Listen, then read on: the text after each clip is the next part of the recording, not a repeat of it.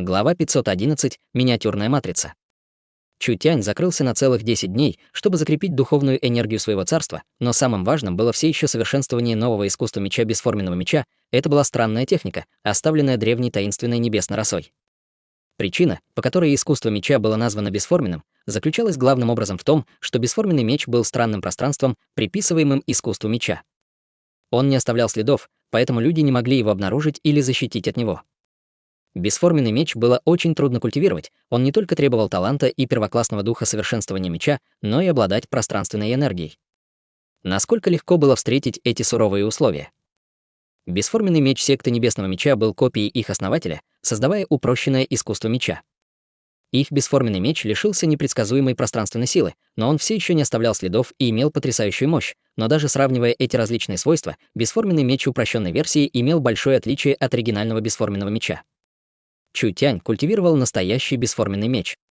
Сейчас Чутянь находился в садах чудес, сидя в красивой маленькой долине в белом халате. Вокруг него расцветали красные цветы и различные редкие травы.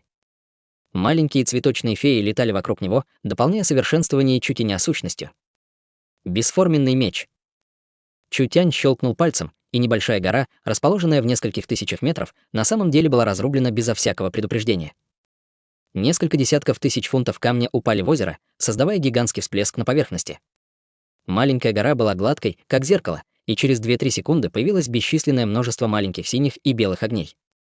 В настоящее время они сжигают оставшуюся гору с ужасающей скоростью. Ва, такой сильный! Цветочные феи все аплодировали. Лула упала на плечо Чутяня и сказала: «Такая сложная техника совершенствования, и ты выучил ее всего за 10 дней, ты действительно невероятен». Чутянь был очень доволен силой бесформенного меча. Бесформенный меч мог разделять вещи на пространственном уровне, а также использовать ци меча для атаки. Эта атака может разрезать любые твердые материалы и игнорировать расстояние. С мощным божественным чувством Чутяня, независимо от того, где находился враг, даже если они были разделены 10 000 метров, он мог одним движением пальца срубить его голову. Бесформенный меч был почти совершенным искусством меча. Если нужно было найти недостаток, это было то, что это было слишком сложно.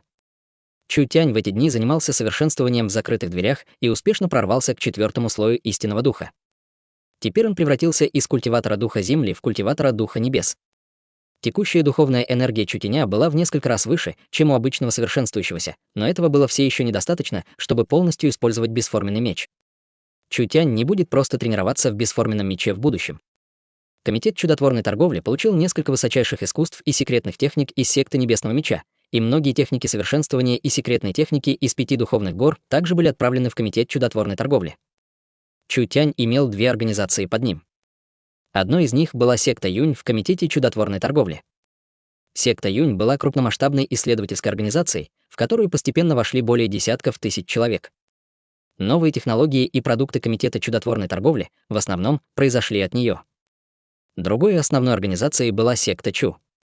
Секта Юнь была научной группой, а секта Чу была собранием совершенствующихся. В секте Чу в настоящее время было много членов, от вождей больших лесных племен до великих мастеров секты Чжоу и старейшин, все они присоединились к секте Чу. Целиньхолл был самым важным институтом секты Чу. Секта Чу в основном сосредоточена на изучении совершенствования, изучении методов совершенствования и секретных методов. 2 организации, одна научная и одна военная. Поскольку Чутянь привнес большое количество знаний и технологий, секта Юнь была самой ослепительной частью Комитета чудотворной торговли. Секта Чу была намного более тусклой по сравнению с ней, но с развитием Комитета чудотворной торговли Чутянь привнесет больше секретных техник со всего континента, и он даст больше опыта и знаний в совершенствовании. Чутянь верил, что в недалеком будущем секта Чу станет существованием, меняющим историю. Чутянь медленно поправил свою духовную энергию и встал. После 10 дней совершенствования я должен выйти. Спасибо всем за помощь. Не нужно быть вежливым, просто приходи поиграть с нами, если у тебя будет время. Чутянь двинулся к центру садов чудес, где находилось большое дерево высотой более 30 метров, прямо в центре сада. У каждого листа был сложный дизайн, и он окутывал весь сад каким-то туманом. Древнее древо жизни растет слишком быстро, верно? Прошло даже не больше месяца с тех пор, как оно проросло. Конечно, древнее древо жизни — это божественный объект, конечно, его нельзя сравнивать с обычными вещами. Древнее древо жизни находилось в центре города чудес, все больше затрагивая окружающий регион. Оно собирало духовные вены леса хаоса и коренным образом меняло землю и воду города чудес. После того, как оно вырастет в будущем, силы и способности древнего древа жизни пробудятся, и, наконец, он станет богом защиты города чудес с цветочными феями, которые присматривали за ним, и с триантами, охраняющими его, если те другие силы захотели бы украсть или уничтожить его, это было непросто. Он не знал текущей ситуации города чудес. Чутянь решил нанести частный визит. Чтобы избежать проблем с тем, чтобы его узнали, он надел большой плащ. Битва города чудес закончилась в течение месяца, и город уже был полностью восстановлен. Следы битвы исчезли, и город стал еще более оживленным, чем раньше. Перед торговым центром несколько эльфийских девушек держали громкоговорители, выкрикивая рекламные объявления. Хорошие новости, хорошие новости. Сотовые телефоны, которых все ждали, наконец-то поступают в торговый центр чудес. Поскольку они ограничены, вы можете купить их только онлайн. Люди с картами граждан могут получить скидку в 20%. Сотовые телефоны массово производились. Это был продукт, который объединил многие продукты Комитета чудотворной торговли. Хотя функции не могли сравниться с оригинальными продуктами, было удобнее собирать их все вместе, поэтому определенно существовала рыночная стоимость. Чутянь подошел посмотреть. Этот новый сотовый телефон был более изысканным, чем изготовленный на заказ для высокопоставленных членов, и как первое поколение сотовых телефонов, представленных Комитетом чудотворной торговли и Городом чудес, он имел бы очень высокую сентиментальную ценность, поэтому каждый хотел его купить. Эти эльфы, продвигающие мобильные телефоны, определенно не были местными жителями Города чудес. Но Чутянь не нашел это странным из-за отношений с эльфийским королем Ланселотом и вице-лордом Вивиан. Теперь было много эльфов, работающих в Городе чудес, и было много эльфов, которые жили в небольшом городке неподалеку. Были даже часть эльфов, особенно молодые люди, которые бежали в Город чудес. Некоторые присоединились к Комитету чудотворной торговли, а некоторые создали группы, чтобы создать собственную компанию. Уже было несколько эльфийских групп, которые создали кинокомпании. Чутянь с любопытством спросил, что такое карточка гражданина. «Ты даже этого не знаешь. Ты должно быть посторонний». Карлик из Города чудес посмотрел на Чутяня так, словно он смотрел на деревенщину, и вытащил из кармана небольшую хрустальную карточку, тряся ее перед Чутянем, словно хвастаясь. Город чудес собирает большое количество информации о гражданах, которые все хранятся в городской базе данных, и они используются для создания этих удостоверений личности с использованием технологий высокого уровня. Не смотри на эту карту свысока, она имеет духовную оценку каждого человека, и каждый из них отличается. Каждая карта гражданина уникальна, поэтому ее нельзя подделать. Это доказывает твою личность как настоящего гражданина. Чутянь, как городской лорд, не знал об этом и презирался его же гражданами. Это было действительно слишком позорно. Было хорошо, что люди не узнали его. Карту гражданина можно использовать для покупки вещей. Идиот. Карточка гражданина Города чудес не только служит идентификационной информацией, но и может использоваться для открытия личного счета в Банке чудес. Мы помещаем наши исходные камни в банк и можем использовать карту гражданина, чтобы потратить ее в Комитете чудотворной торговли. Это быстро и удобно, и что еще важнее, мы все равно можем зарабатывать проценты, размещая их в банке. Зачем ты ему все это говоришь? Эти посторонние все равно не поймут. Верно, верно, верно. Я все еще должен купить сотовый телефон, или они будут раскуплены. Эти люди проигнорировали его, и все они побежали в торговый центр, чтобы купить новый продукт. Чутянь обошел вокруг и обнаружил, что Город чудес изо всех сил продвигает карту гражданина. Это должно было облегчить Мэн Цинву управление городом, тратя большое количество людей и ресурсов на сбор информации о гражданах. Была собрана информация обо всех гражданах, живущих в Городе чудес, и сторонние торговцы и посетители должны были пройти различные процедуры. Вся эта информация была использована для создания базы данных. В зависимости от статуса каждого человека, они получат идентификационную карту гражданина или карту для другой личности. Продвинутые способности Мэн Цинву заставляли людей вздыхать от эмоций. Создаваемая информационная база данных имела большое значение. Это может быть использовано, чтобы сделать управление и обеспечение безопасности города намного проще. Также с точки зрения будущих банковских счетов, будущих кредитов, транспорта или даже бизнеса Комитета чудотворной торговли, все это может быть использовано для управления этим. Это было бы хорошей основой для информационной империи. Да, этот мобильный телефон, кажется, отличается от тех, которые мы используем. Чутянь нашел торговую лавку в торговом центре. Чутянь был удивлен, обнаружив, что этот мобильный телефон не просто отличался внешним видом, но и внутренними деталями. Первое поколение мобильных телефонов Комитета чудотворной торговли объединяет не только радио, видеоплеер, камеру и коммуникационное устройство, но и миниатюрную вычислительную матрицу. Комитет чудотворной торговли с этой миниатюрной вычислительной матрицей в качестве основы может создать систему для мобильного телефона, упрощая ее работу и предоставляя больше функций. Это сделало Чутянь в шоке. Эта миниатюрная вычислительная матрица была уменьшенной версией матрицы изначальной энергии.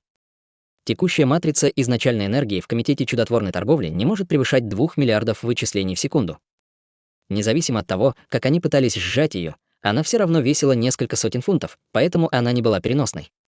Секта Юнь продолжала пытаться упростить большую матрицу изначальной энергии, не заботясь о снижении ее мощности, а лишь пытаясь уменьшить ее. Наконец, они создали миниатюрную расчетную матрицу. Самый маленький мог делать только несколько сотен тысяч вычислений в секунду и не мог поддерживать искусственный интеллект. Без какой-либо вычислительной ценности или способностей они все равно использовали ее для создания простой системы. Первая партия сотовых телефонов использовала эту миниатюрную матрицу, что позволило сотовым телефонам иметь возможности обработки данных, создав гибкий интерфейс управления. Это был беспрецедентный прорыв.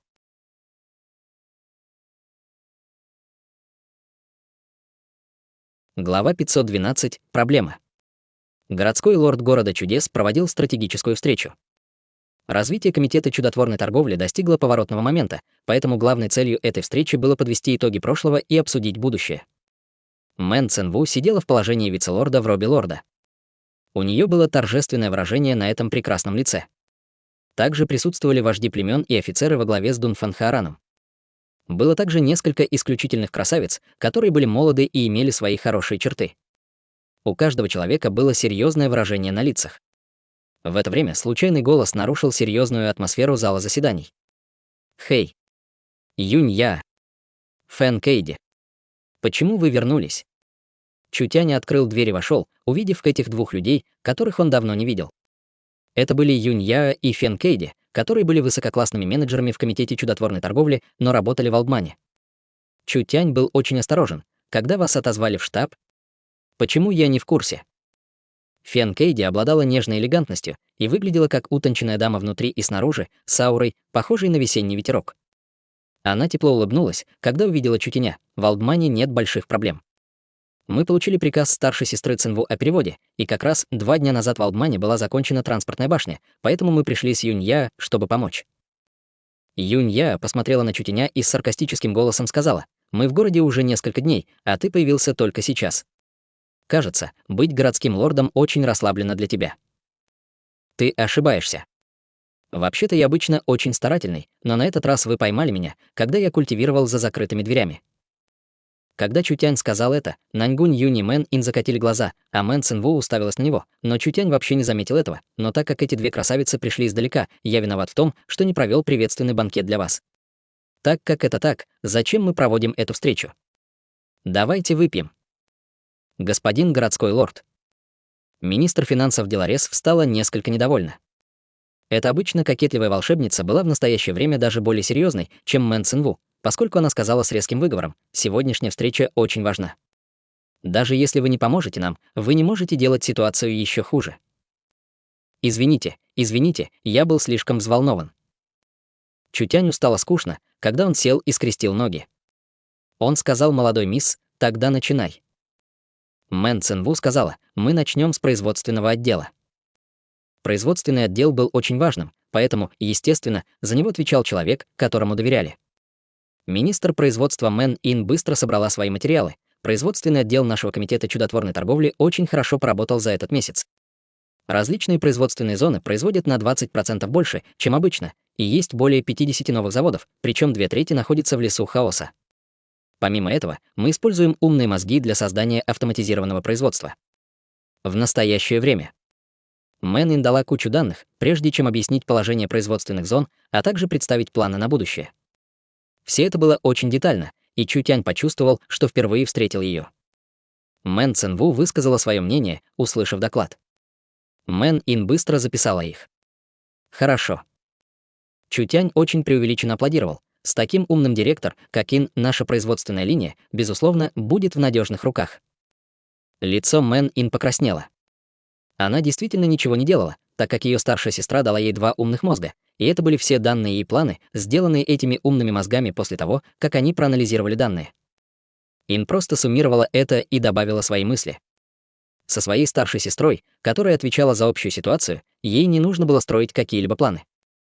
Наши производственные линии идут гладко, и исследовательский отдел находится на правильном пути и в настоящее время находится на стадии тестирования. Я хочу сначала показать всем запланированный проект. Мэн Цинву взмахнула рукой, и большой экран опустился. На нем появилась занятая фабрика. Послушайте, это новая база дирижаблей Комитета чудотворной торговли. Мы набрали большое количество талантов и бросили большие суммы денег, чтобы подготовить это новое крупномасштабное оружие, которое может контролировать войны в будущем. Из-за того, насколько это сложно, по оценкам, потребуется год, чтобы это закончить. Год — это было слишком долго, но такого рода сложное гигантское оружие определенно не могло быть сделано за один день. Мэн Ин быстро сказала, производственный отдел организует все необходимые заводы. Как только дирижабль будет исследован, мы сделаем все как можно скорее. Второй экран упал в это время. Мэн Цинву указала на картинку и сказала, это дизайн для нового оружия изначальной энергии. Компания привлекла большое количество опытных механиков из великой страны Чжоу.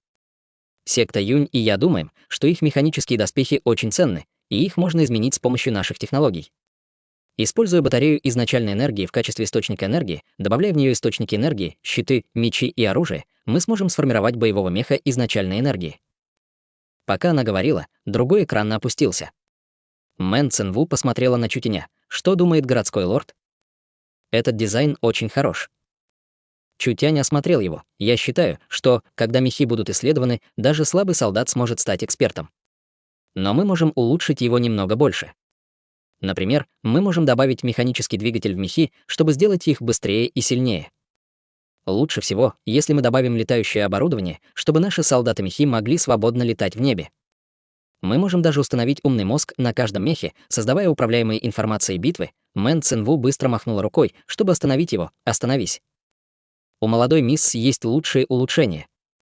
Хотя у тебя хорошие намерения, они слишком сильно расходятся с реальностью. Мэн Цинву со вздохом сказала, Комитет чудотворной торговли, у которого недостаточно средств, является фундаментальной проблемой. В настоящее время у нас нет возможности исследовать мехи такого высокого уровня.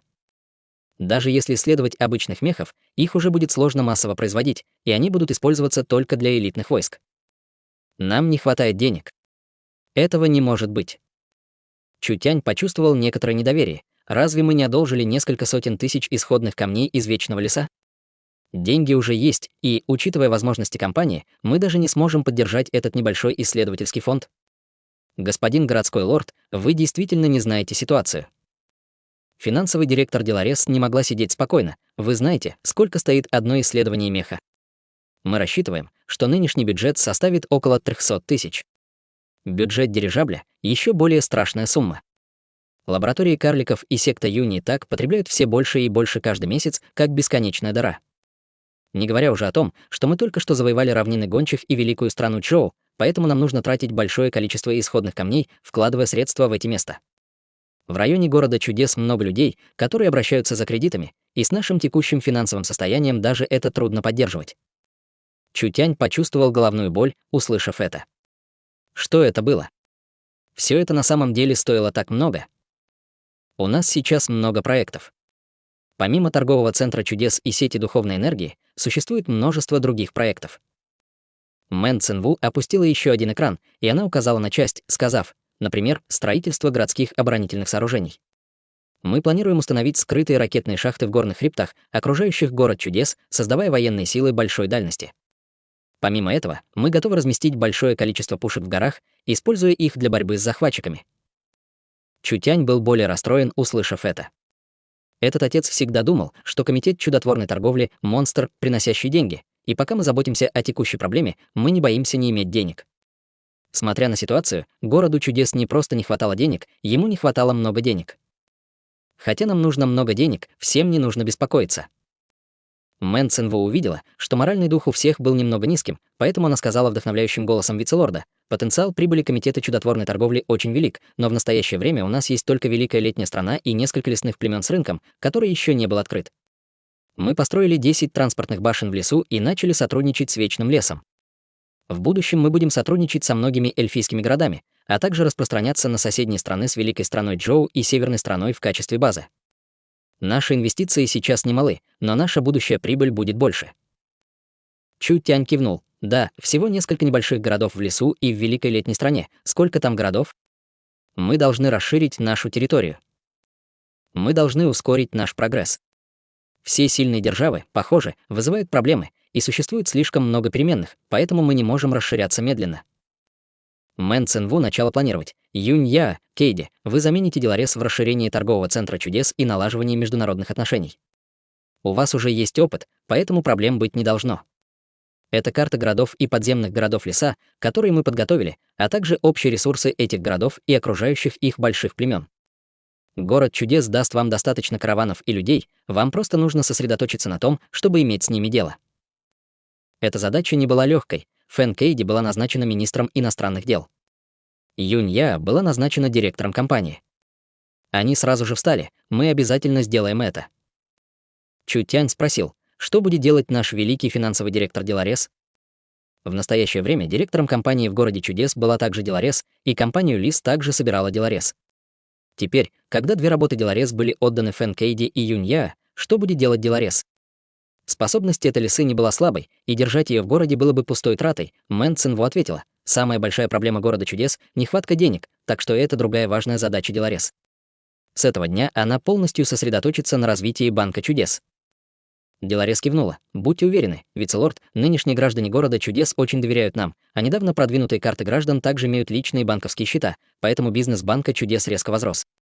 Я считаю, что потенциал банка еще не полностью раскрыт. Банк чудес был предложен Деларес, поэтому он имел для нее особое значение. Деларес сделает все возможное, чтобы развить его. Мэн Цинву снова подчеркнула. Все помните, что нынешний мир не вечен. С защитой триантов и работой с эльфами, в конце концов, мы полагаемся на помощь извне. Каждый момент, когда мы недостаточно сильны, это момент, когда мы не можем расслабиться.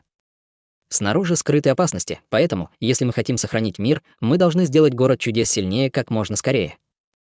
Да. Чу Тянь не часто участвовал во встречах молодых мисс, поэтому он не думал, что аура молодой мисс будет такой сильной. В течение года она была закалена на посту председателя, что позволило ей все больше и больше становиться влиятельной женщиной. На этом встреча закончилась, все знали, что они должны делать. В настоящий момент самой большой проблемой в городе чудес и комитет чудотворной торговли была нехватка денег, поэтому на следующий период самым важным для них было зарабатыванием денег. Каждый отдел, каждая команда, все они будут усердно работать для достижения этой цели.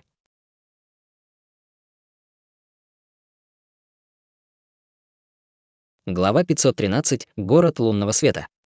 Депозитная система Банка чудес была для сбора, например, карликов и окружающих племен. Поскольку им не хватало общественного доверия, они могли сотрудничать только со своими близкими союзниками, но теперь все было иначе. Мэн Цинву решила создать банк, который станет важной частью комитета чудотворной торговли и будет приносить постоянную прибыль городу чудес в будущем.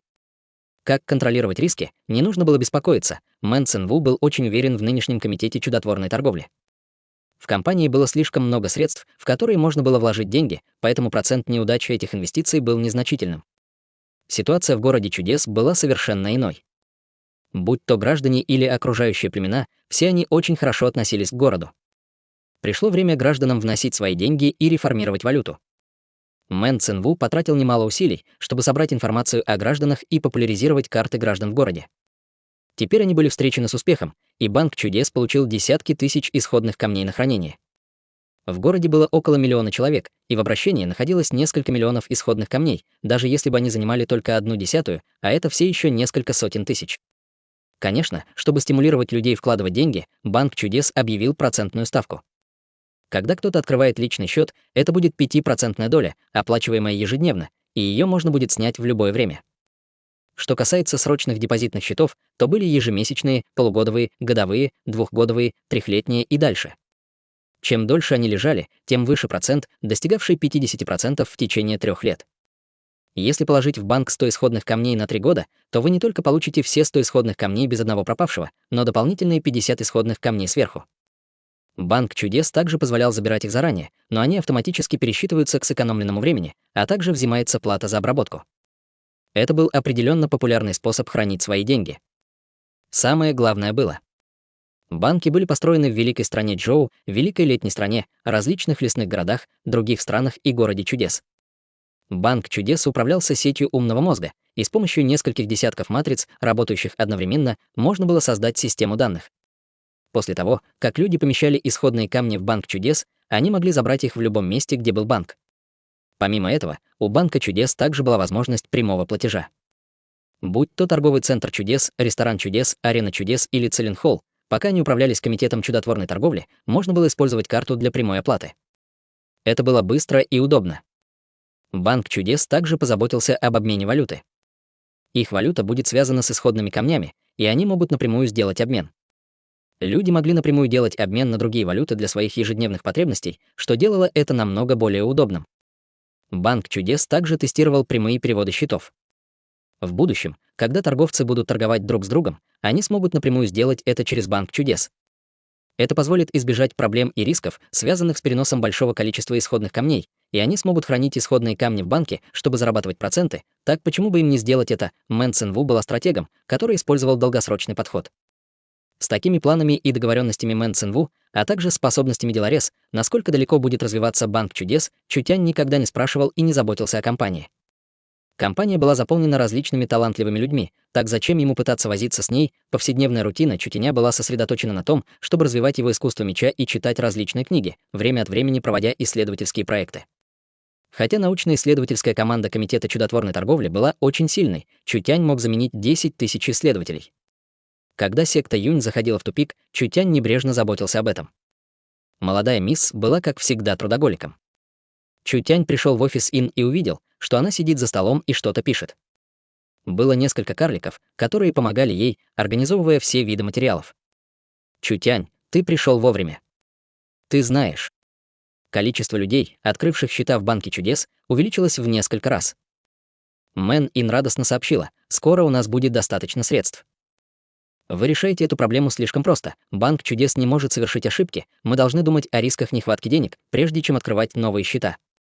Как только это произойдет однажды, доверие людей к банку чудес сильно упадет. Зная личность молодой мисс, она не посмеет переместить слишком много средств в кредиты и инвестиции. Мэнин не думал об этом, и она слегка сомкнула брови. Что они должны делать? Чутянь внезапно вздохнул. У слишком большого бизнеса тоже есть свои недостатки. Мэнин была ошеломлена. Какие недостатки? Даже наша Ин говорит о бизнесе, это совсем не похоже на тебя. Мэнин была немного смущена. Я просто хочу всем немного помочь. Мой мозг немного глуп и мало что может сделать. К счастью, старшая сестра дала мне несколько умных мозгов, иначе я ничего не смогла бы сделать. Чутянь держал Ин за плечо. «Хей, тогда не усложняй себе жизнь. Отдай эту работу своему умному мозгу, зачем тебе делать это лично?» Мэнин немного стеснялась. Люди вокруг так заняты, нехорошо было бы отлынивать. «Ха-ха, чего ты боишься? Кто не знает о наших отношениях?» Лицо Чутяня было толстым, как стена. Карлики чувствовали себя немного неловко и делали вид, что ничего не видят. Чутянь тогда сказал: «Пойдем, я отвезу тебя куда-нибудь повеселиться». «Повеселиться? Куда?» В эльфийском маленьком городке проводится встреча гурманов, и Вивиан пригласила меня. Гурманов. Мэн Ин сразу же показала заинтересованный внешний вид. Чутянь продолжал объяснять. Несколько десятков эльфов из городов и лесов соберутся в городе лунного света этим вечером, и каждый участвующий эльф принесет деликатес, который они считают самым вкусным. Подумайте об этом, все эльфы из разных областей леса хаоса, сколько будет деликатесов? Этот веселый праздник, как мы можем его пропустить? Глаза Мэн Ин сверкали, на самом деле это очень интересное событие. Собственно говоря, помимо встречи гурманов, сегодня вечером будет также показ мод, арт-шоу и музыкальный симпозиум. Это все редкие события раз в 100 лет. Чутянь видел, что Ин уже очень заинтересована, поэтому больше не терял слов. Он прямо сказал помощникам Ин: «Эти вопросы будут оставлены на ваше усмотрение, я уйду с директором Ин на день или два». «Да». Мэн Ин все еще немного колебалась. Все очень заняты, можно ли? «О чем ты беспокоишься? Не говоря уже о том, что ничего не произойдет, я позабочусь об этом, если что-то случится». Манера Чутяня была очень высокомерной. Будут участвовать эльфийский король и члены эльфийского совета, так что это не просто игра, скорее, мы строим дружбу. Эту главную задачу по укреплению наших отношений с нашими эльфийскими союзниками я приказываю тебе выполнить. Это так? Это действительно очень важно.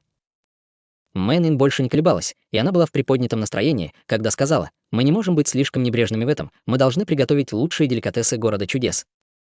Лучшие деликатесы города чудес не уступят эльфам. Правильно, что мы должны взять? Двое из них говорили, когда вышли. Встреча эльфийских гурманов была действительно довольно редкой. Чутянь планировал идти с пустыми руками, чтобы поесть, но Мэн Ин решительно отвергла это. Она чувствовала, что это было слишком неуважительно, и им пришлось приготовить деликатесы в человеческом стиле. Они нашли шеф-повара в Гранд-отеле, у которого было только что добытое высококачественное мясо демона-быка 3-го уровня. Они приготовили несколько больших стейков. Красивое лицо Мэн Ин было наполнено воспоминанием. «Помнишь, когда мы были в Южном Небесном городе, первое, что мы приготовили, были стейки? Поэтому это наша лучшая еда». Правильно, молодая мисс тогда была очень взволнована и думала начать бизнес по продаже стейков. Думая об этом сейчас, если мы продолжим это делать, возможно, в каждом регионе будут открыты стейк-рестораны. Мэн Ин посмотрела на него. «Не вспоминай мое темное прошлое, иначе между нами не будет конца». Они приготовили стейки, прежде чем отправиться в город лунного света. Эльфийский король не знал, как убедить эльфийский совет. Хотя эльфы построили город лунного света рядом с городом чудес, эльфийский город все еще был относительно закрыт. У аутсайдеров не было возможности войти, поэтому они не знали, как эльфы жили своей жизнью. В городе было более 10 тысяч эльфов, и большинство из них были молодыми эльфами. Эльфы были довольно богаты, поэтому новые сотовые телефоны, которые редко видели в городе чудес, в этом эльфийском городе были у каждого второго. Когда Чутянь привел Мэн Ин в город, они были потрясены тем, как выглядел этот город. Весь эльфийский городок был наполнен продукцией Комитета чудотворной торговли. Большие экраны, колонки и различные энергетические лампы были повсюду. Каждая улица была освещена мягким светом, а дома на деревьях были аккуратными, со всеми видами хрустальных и деревянных скульптур вокруг. Тысячи эльфов прошли через город, и у каждого человека были коробки, наполненные деликатесами. Всевозможные джемы, выпечка и эльфийские деликатесы были повсюду. Эльфы собрались под лунным светом, чтобы петь. Весь маленький городок был очень оживленным. Городской лорд здесь. Городской лорд Чутянь здесь. Чутянь был признан, как только он появился. Несколько сотен эльфов окружили Чутяня, и у каждого эльфа было счастливое выражение лица, а также сияющие глаза, как будто они смотрели на своего кумира.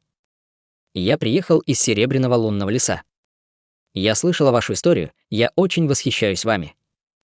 Эльфийская девушка подошла вперед. «Мои родители и младший брат очень хотят вас увидеть. Вы можете дать мне свой автограф?» «Нет проблем». Чутянь взял ручку со слабой улыбкой. «Сколько ты хочешь?» 1, 2, нет, 3. «Хорошо, это тебе». Эльфийская девушка взяла автограф и радостно закричала. «Я получила автограф городского лорда Чутяня. Я получила автограф городского лорда Чутяня». Все остальные эльфы взорвались мгновенно. «Я из Сумеречного леса, я тоже поклоняюсь тебе. Я родом из Изумрудного города. Я люблю смотреть фильмы и мечтаю снимать фильмы. Я тоже». Чутянь никогда не думал, что он будет известен среди эльфов и что он будет окружён поклонниками, когда он прибудет. Эти эльфы происходили из разных лесных городов и поселков, поэтому им было нелегко приехать в город чудес. Это потому, что транспортные башни могут нанести вред безопасности города. У всех транспортных башен были ограничения. Транспортными башнями управлял умный мозг, и каждая нуждалась в эльфе с транспортной способностью, чтобы использовать их. Сначала нужно было получить транспортное разрешение от Комитета чудотворной торговли. Это транспортное разрешение собирало информацию, прежде чем создавать нечто похожее на карточку гражданина, на которую был нанесен духовный отпечаток. Затем эльф мог использовать это разрешение, чтобы подать заявку на транспорт. Город чудес пока контролирует транспортный регион. Даже если эльфы получили разрешение на транспорт, они могли переходить только в пределах своего племени или своего королевства, то есть они могли транспортироваться только на своей территории. Если они хотели телепортироваться в город чудес, в Олдман или куда-то еще, им нужно было четко указать район и причину, обратившись за разрешением на транспорт в другой регион. Когда они въезжали в другую страну, это должно было быть одобрено местной властью. В противном случае, с контролем умного мозга, массив для этих локаций будет запечатан, и они не смогут телепортироваться туда. Эта встреча была очень редкой. Эльфы выбрали представителей своих городов, которым можно было войти только после получения разрешения Мэн Цинву. Но они могли играть в городе чудес не более недели, поэтому им пришлось дорожить этим шансом. Чутянь в их глазах был гением, который создал все это, он был их кумиром, который мог сделать все на свете. Как они могли не волноваться, увидев его сейчас,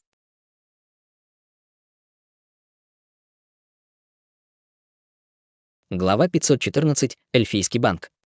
Чутянь, окруженный большим количеством поклонников, большинство из которых были красивыми эльфийскими девушками, заставлял Мэн Ин ревновать. «Разве ты не сказал, что мы пришли принять участие в собрании? Ты просто пришел соблазнять девушек. Кхе, кхе. Что вы все делаете? Это все неправильно». Спикер Совета эльфов Агаста сделал им выговор, и эльфы быстро отошли. Пришли эльфийский король и несколько высокопоставленных членов Совета эльфов, а также несколько эльфийских городских лордов. Вивиан следовала за ними и подмигнула, увидев Чутяня. Это встреча эльфов, и Вивиан была очень счастлива, что Чутянь смог принять участие.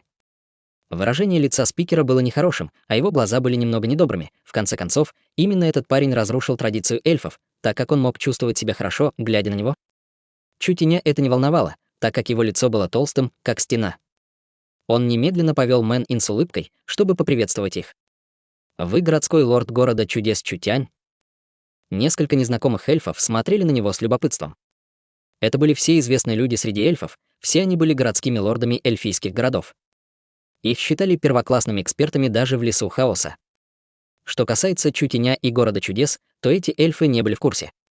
Хотя город чудес сам по себе не был таким сильным, теперь, когда он охранялся триантами, если только это не была бы сила гигантского уровня, другим силам было бы трудно угрожать им.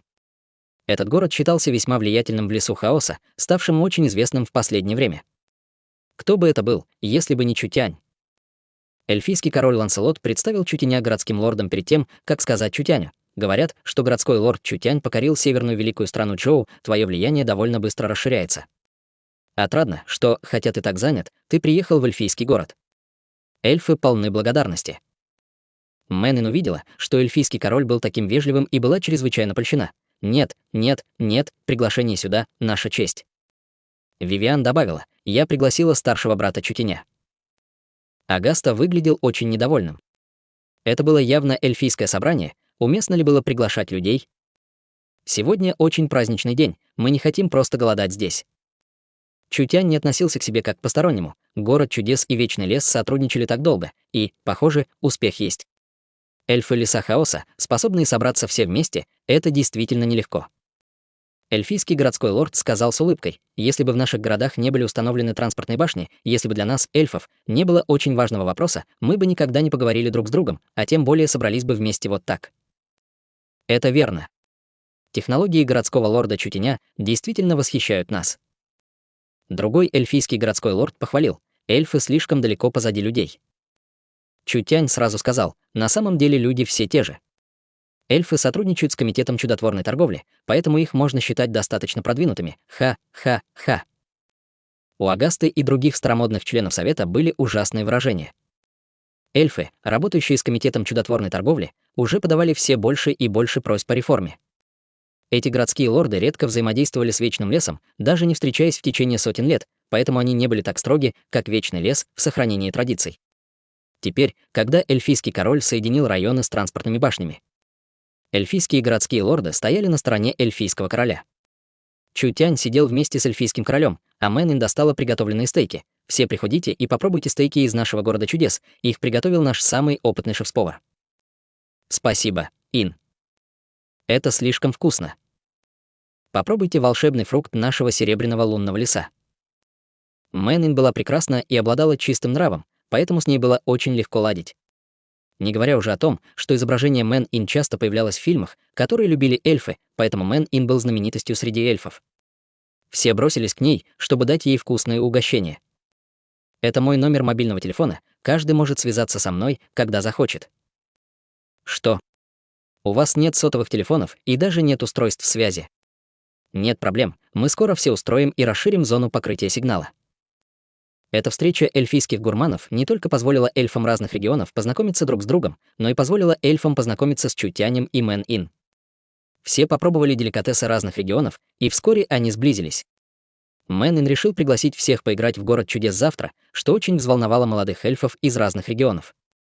У эльфов была очень богатая духовная жизнь. Когда встреча гурманов закончилась наполовину, стали появляться всевозможные показы мод, показы произведений искусства, чайные церемонии и музыкальные симпозиумы. Чутянь понял, почему эльфы развивались так медленно. Эльфы распространяются по многим различным путям, особенно в таких вещах, как искусство и музыка. Это должно быть врожденной природой эльфов. Эльфы не любили сражаться от природы, поэтому они не желали силы, влияния и богатства так сильно, как люди. Чутянь увидел вечеринку эльфов, и его сердце очень обрадовалось. Я предлагаю проводить такие собрания чаще. Мы не должны ограничивать это только эльфами, мы должны включать в себя разные расы леса и даже континента, чтобы мы могли прогрессировать от этих обменов. Бред какой-то. Агаста фыркнул и сказал: непослушные духи, звери и хитрые люди, ничего хорошего не случится, если эти расы сойдутся с эльфами. Эльфы не допустят контакта с этими злыми расами. Мысли этого старика были слишком экстремальными. Чутянь хотел правильно преподать ему урок. Король эльфов с улыбкой сказал: идея городского лорда Чутяня неплоха, но стоимость транспортной башни недешевая. Хотя у эльфов есть бесплатная квота, но для проведения такого рода мероприятий этого будет недостаточно. С несколькими десятками транспортных башен в лесу, если бы они часто использовались в будущем, было бы нормально зарабатывать несколько сотен тысяч исходных камней каждый месяц. Если бы десятки тысяч людей перевозились туда и обратно, это потребовало бы слишком много ресурсов. Даже для такой великой державы, как Вечный лес, было невозможно противостоять этому. Сердце Чутяня замерло, и он произнес безо всяких изменений его выражение: эльфы настолько богаты, вам не безразличны деньги. Городской лорд Чутянь не прав. Эльфийский городской лорд сказал: у эльфов нет дохода. Хотя у нас есть некоторые исходные камни, они были переданы нашими предками.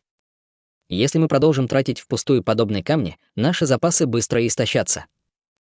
Теперь, когда Эльфийская область и город чудес связаны, появилась возможность углубить наше сотрудничество. Я думаю, что, если мы объединим наши сильные стороны, будущее будет только лучше.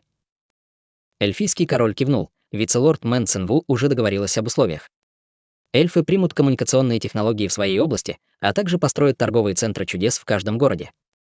Даже если эльфы не выходят на улицу, они смогут покупать все виды продуктов со всего континента. Даже если эльфы не торгуют, мы также можем продавать наши фирменные блюда по всему континенту. Даже если мы не нарушим правила эльфийской расы, мы все равно можем позволить эльфийской расе процветать. Агаста прямо не опроверг это. Вероятно, это основной итог Совета эльфов. Неудивительно, что Совет эльфов не остановил эльфийского короля. Молодая мисс уже обсудила условия сотрудничества. У нее 3 головы и 6 рук. Мысли Чутяня слегка пошевелились, и он вдруг подумал: на самом деле, у меня есть другое предложение. Я думаю, что это было бы очень полезно для развития эльфийской расы. Эльфийский король знал, что у людей было много хитрых идей, но, так как Чутянь сказал это, он, конечно, должен был послушать, что это. Чутянь тщательно рассказал ему свою идею.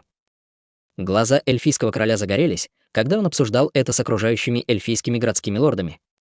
Все эльфийские лорды кивнули, как будто они очень поддерживали эту идею. У некоторых из них даже были красные лица, и они продолжали благодарить Чутяня. В конце концов, комитет чудотворной торговли окажет эльфам большую помощь в этом вопросе. Вивиан была еще более приятно удивлена. Она пригласила Чутяня, чтобы позволить ему знать больше эльфов, но она никогда не думала, что будет такой шанс. Они действительно обсуждали такой важный вопрос для эльфов. В будущем эльфы будут еще теснее сотрудничать с городом чудес. Чутянь увидел, что эльфы с радостью приняли этот вопрос, и он был очень доволен. Это было потому, что Чутянь знал, что, хотя казалось, что город чудес терпел убытки, на самом деле это был беспроигрышный сценарий. Это даже облегчило большую часть самой большой проблемы, с которой столкнулся город чудес. Следующее утро. Вице-лорд, вы слышали? Эльфы только что объявили о важном вопросе с городским лордом. Деларес быстро прибежала. Мэн Цинву в настоящее время обрабатывает документы, и ее брови слегка нахмурились, услышав это. Она знала, что Деларес не была эмоциональным человеком, и только что-то огромное могло ее так взволновать. Почему Чутянь не убежал с эльфами? Что он сделал на этот раз? Деларес проглотила маленький глоток слюны. Эльфы объявили, что создают второй банк леса, Эльфийский банк. Мэн Цинву широко раскрыла глаза. Эльфы открывали банк. Была ли ошибка? Мэн Цинву быстро выяснила ситуацию, и результаты ее шокировали. Эльфы были действительно готовы открыть банк. Глядя на преимущества для эльфов, это было совершенно понятно, потому что эльфийские регионы открывают транспортные и коммуникационные каналы, а также скоро построят торговые центры чудес. Коммуникационная платформа также будет построена в ближайшее время. Будь то продажа предметов, изготовление предметов, продажа предметов специального назначения, создание новых технологий или создание новых видов искусства, эльфы скоро придут к деловому буму. Эльфы объявили, что создадут банк именно по этой причине. Вечный лес и крупные лесные города будут вкладывать деньги в этот банк и предлагать займы для эльфийских предприятий. Не будет ли это способствовать развитию эльфов? Конечно, даже если бы модель банка была хорошей, они не смогли бы этого сделать, если бы только захотели. Чутянь сыграл в этом ключевую роль. Сначала он продал 10 космических складов эльфам, чтобы позволить эльфам использовать их в качестве хранилища для своего банка. Кроме того, он также объявил, что продаст эльфам 10 умных мозгов, что позволит эльфам создать утонченную и интеллектуальную банковскую платформу. Это также означало: Комитет чудотворной торговли в плане технологий полностью поддерживал эльфийский банк. Но почему? Как только появится эльфийский банк, большая часть популярности банка чудес будет утрачена. В конце концов, эльфы имеют большое влияние в лесу. Даже если не упоминать влияние эльфов, только нескольких эльфийских городов было достаточно, чтобы создать большую деловую возможность. Эльфы полностью доверяли Вечному лесу и эльфийскому королю, поэтому они будут более уверены в хранении своих исходных камней. Даже другие расы в лесу доверяли эльфам.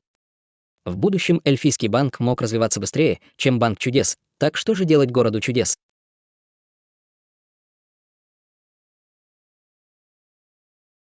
Глава 515. Взаимовыгодное сотрудничество. Эльфийский банк привлек большое количество людей. Эльфы были в лесу хаоса более 10 тысяч лет, они были одной из древнейших рас в этом районе. Хотя эльфы ослабли в прошлом тысячелетии, они все еще были группой с сильным влиянием. Повелитель драконов, титаны и бегемоты не были слабее, чем они с точки зрения влияния, но доверие, которое они имели, было далеко недостаточно. Эльфы пользовались поддержкой технологий города чудес, поэтому они были властью, наиболее подходящей для создания банка из-за этого. Когда-то будет создан эльфийский банк. Что будет с банком чудес? Под эльфами находились десятки больших и маленьких городов в лесу. Их территории было достаточно, чтобы намного превзойти территорию банка чудес и мгновенно сделать себя банком номер один в лесу. Такой большой пирог, город чудес выбросил бы его так, как они могли быть готовы. Мэн Цинву не стремилась высказать свои взгляды, она очень хорошо понимала личность Чутяня. Мысли Чутяня были очень неординарными, но он никогда не терпел убытков. У Чутяня должна была быть причина для этого, но о чем он думал? Мэн Цинву была слегка ошеломлена, как будто она смогла угадать мысли Чутяня. «Делорез, не беспокойся об этом. Это неплохо для нас, давай сначала посмотрим на ситуацию». Делорез была ошеломлена, увидев, что Мэн Цинву не отреагировала на это. Эта лисица была склонна к бизнесу, но выросла в местном племени леса хаоса. Она не была такой же опытной, как Мэн Цинву, которая в течение года контролировала комитет чудотворной торговли. После того, как Мэн Цинву не была слишком потрясена этим, у нее появились сомнения. На другой стороне. Вивиан была в приподнятом настроении. Штаб-квартира эльфийского банка была назначена в Вечном лесу, где эльфийский король был директором, а различные эльфийские городские лорды, и она в качестве вице-директоров эльфийского банка. Этот импульс был беспрецедентным. Престиж и влияние эльфов были одними из лучших в лесу хаоса. С такой поддержкой было бы вопросом времени, прежде чем они станут банком номер один в лесу хаоса.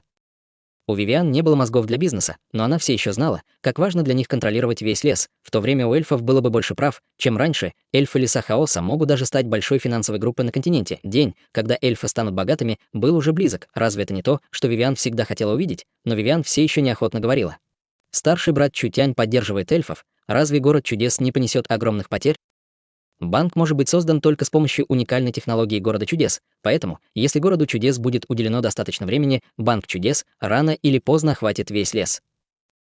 Вивиан была эльфом, поэтому, конечно, она хотела улучшить жизнь эльфов. Но Вивиан также была частью комитета чудотворной торговли и была вице-лордом города чудес. Она была очень предана Чутяню и компании, поэтому она не станет разрушать преимущества города чудес, чтобы помочь эльфам. Чутянь небрежно сказал: «Для нашей принцессы Вивиан, и что если город чудес понесет небольшие потери? Расслабься, я позволю тебе позаботиться об этом. Ты станешь величайшим героем эльфов и благодетелем, который принес богатство эльфам». Вивиан была польщена и нервничала. Как это может быть? Мы не можем навредить компании, я должен отказаться от благих намерений старшего брата Чутяня. Как насчет того, чтобы я сначала поговорил с моим королевским отцом, и мы обсудим этот вопрос позже? В противном случае, я действительно не знаю, что сказать старшей сестре Цинву. Вивиан, не слушай глупости этого парня. Мэнин больше не могла смотреть и притянула Вивиан к себе. Пробыв с нами так долго, ты все еще не понимаешь этого парня. Я не верю, что этот парень, который не может позволить себе проиграть, понесет хоть какие-то убытки, так что перестаньте беспокоиться. Чутянь засмеялся. Город чудес — это не диктатура, и мы не можем быть, даже если бы захотели. Иногда нам нужно делиться выгодами, но мы сможем получить гораздо больше. Просто подожди и увидишь. Вивиан не совсем поняла. Чутянь действительно не был тем, кто причинял себе убытки. Вивиан расслабилась, чувствуя благодарность и трепет по отношению к Чутяню. Когда новость распространилась на каждый эльфийский город и эльфийский лес, это вызвало волнение бесчисленных эльфов. Это было потому, что эльфы все еще жили слишком долго в уединении, и открытие банка было определенно переменным ходом эпохи, было неизбежно, что эльфийский совет будет спорить с этим, но эльфийский король и эльфийские лорды все поддержали это, и 90% граждан также поддержали это. Эльфийский совет не мог пойти против решения людей, не говоря уже о том, что для этого не нужно, чтобы эльфы покидали лес, и это следовало всем законам, план распространился как бушующий огонь. Этот банк не мог оставить техническую поддержку Комитета чудотворной торговли, поэтому высокопоставленные члены Города чудес присоединились к обсуждению сотрудничества. Чутянь только дал идею. По-настоящему обсуждали это вице-лорд Мэн Цинву и министр финансов Деларес. Они были теми, кто стоял за Банком чудес, и могли представлять как Комитет чудотворной торговли и Город чудес, так и Банк чудес. Совершенно секретная конференция длилась 3 дня. Наконец, Город чудес и Вечный лес пришли к соглашению. Эльфы откроют эльфийский банк, и Город чудес поддержит их всеми их технологиями. Кроме того, они покупали акции друг друга. У Вечного леса было 10% акций Банка чудес, а у Города чудес 10% акций эльфийского банка.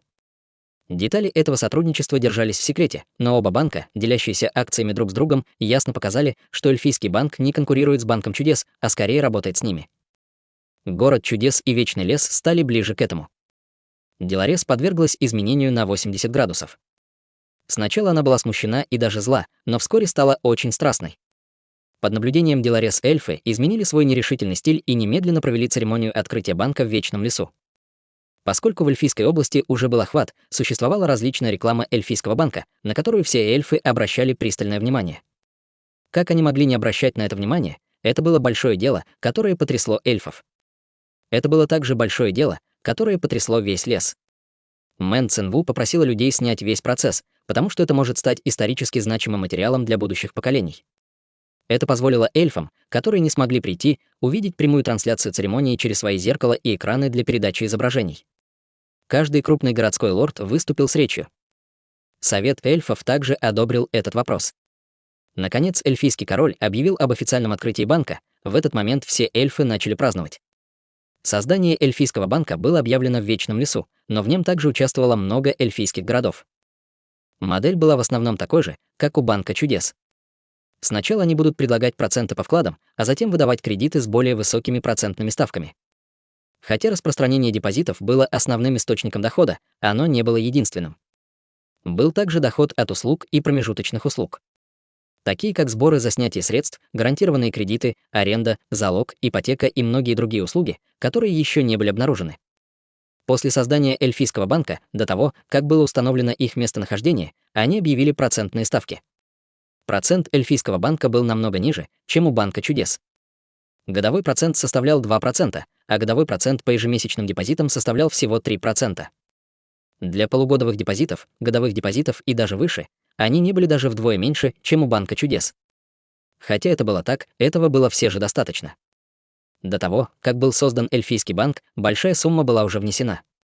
Это было хранилище эльфийской расы, хранящее 500 тысяч исходных камней для Вечного леса. Все остальные эльфийские города внесли около 200 тысяч. Другими словами, этот недавно созданный банк уже имел более 2 миллионов вкладов. Это был только официальный депозит эльфийской расы, Комитет чудотворной торговли также тесно сотрудничал с эльфийским банком. После создания эльфийского банка и изготовления карт их также можно было использовать для покупки вещей в Комитете чудотворной торговли. Это сделало жизнь намного проще и упростило управление предметами. Эльфы были очень сплоченной расой. Они полностью доверяли Вечному лесу и эльфийскому королю, эльфийский банк был главным поворотным изменением среди эльфов, поэтому эльфы не колеблясь поддержали его, и они не понесли бы потери, так почему бы им не внести свои деньги? Не будет ли у эльфийского банка депозитов? В лесу хаоса было более 20 миллионов эльфов, у эльфов был престиж. Эльфы имели силу.